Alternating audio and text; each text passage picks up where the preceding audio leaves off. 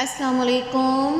قسط نمبر 12۔ زندگی غلطیوں کی بوجھ تلے اتنی دب گئی ہے کہ میرا سانس لینا بوجھل ہو گیا ہے۔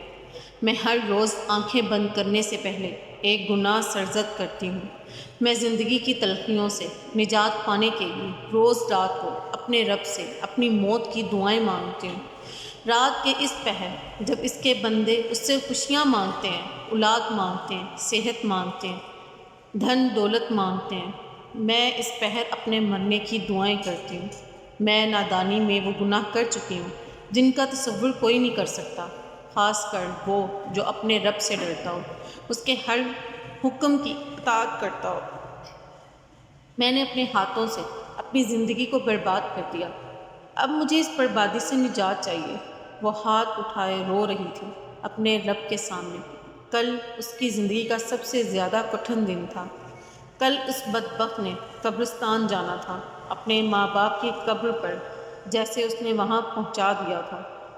سب کہتے ہیں وہ اپنی آئی پر گئے ہیں، پر وہ جانتی ہے اس نے خود اپنے ہاتھوں سے قتل کیا ہے۔ اس کے گناہوں نے مار دیا اس کے ماں باپ کو۔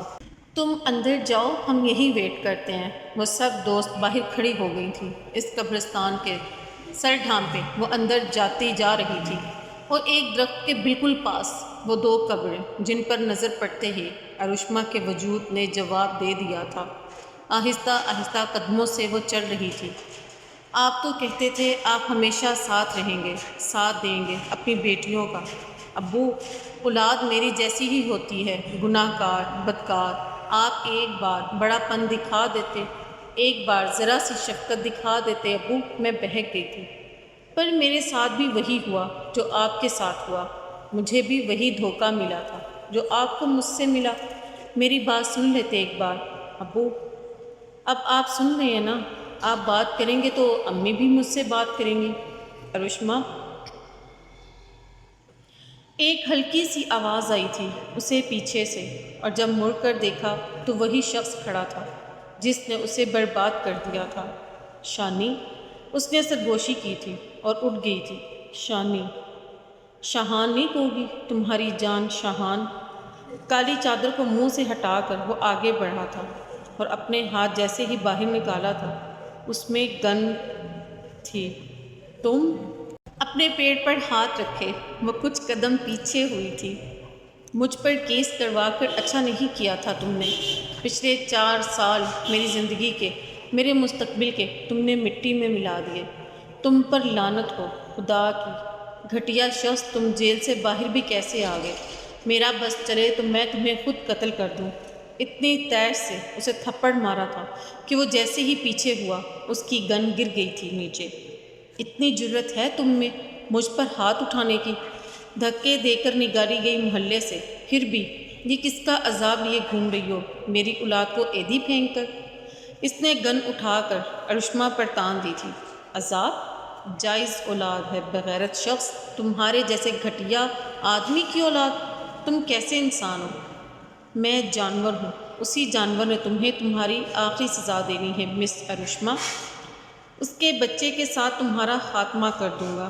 اس نے پہلی گولی جیسے ہی ارشما کے پیٹ پر ماری تھی وہ پیچھے جا گری تھی۔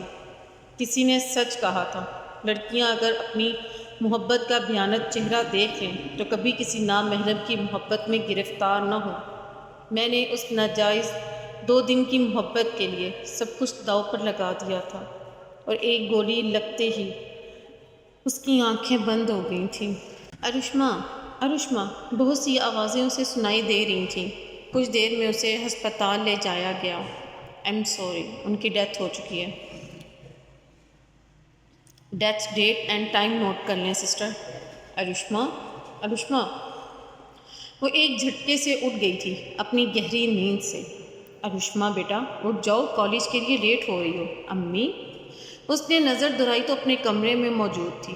ہلکی سی وائبریشن پر اس سے میٹرس کو ہلکا سا اٹھایا اور وہ موبائل فون نکالا تھا جو اس نے وہاں پر چھپا کر رکھا ہوا تھا۔ یہاں وہاں دیکھتے ہی وہ گھبرا گئی تھی۔ وہی گھر، وہی کمرہ، باہر سے سب گھر والوں کی ہنسنے کی آوازیں آ رہی تھیں۔ ماتھے سے پسینہ صاف کر کے اس نے موبائل فون پر نام دیکھا تھا۔ گھبراہٹ سے وہ فون بستر پر گر گیا تھا۔ اور پھر بجنا شروع ہو گیا تھا۔ اس نے کال پک کر کے جیسے ہی اٹھائی، دوسری طرف سے ایک آواز جو اسے صاف سنائی دے رہی تھی اور آنکھیں آنسوؤں سے دھندلا گئی تھیں۔ شاہان کالنگ۔ ہیلو رشما، آج کا پروگرام پکا ہے نا؟ میں نے اپنے دوست کا روم لیا ہے، وہیں چلیں گے، گپ شپ کریں گے، تم تیار رہنا۔ ایسا لگا آپ کو ناول؟ اپنی رائے کا ضرور اظہار کیجیے گا، لائک سے، کمنٹ سے، چینل کو سبسکرائب کرنا مت بھولیے گا کہ جیسے ہی ویڈیو ناول اپلوڈ ہو تو آپ کو پہلا نوٹیفیکیشن آپ تک پہنچے، اور بیل آئیکن کے بٹن کو پریس کرنا مت بھولیے گا۔ تھینک یو، اللہ حافظ۔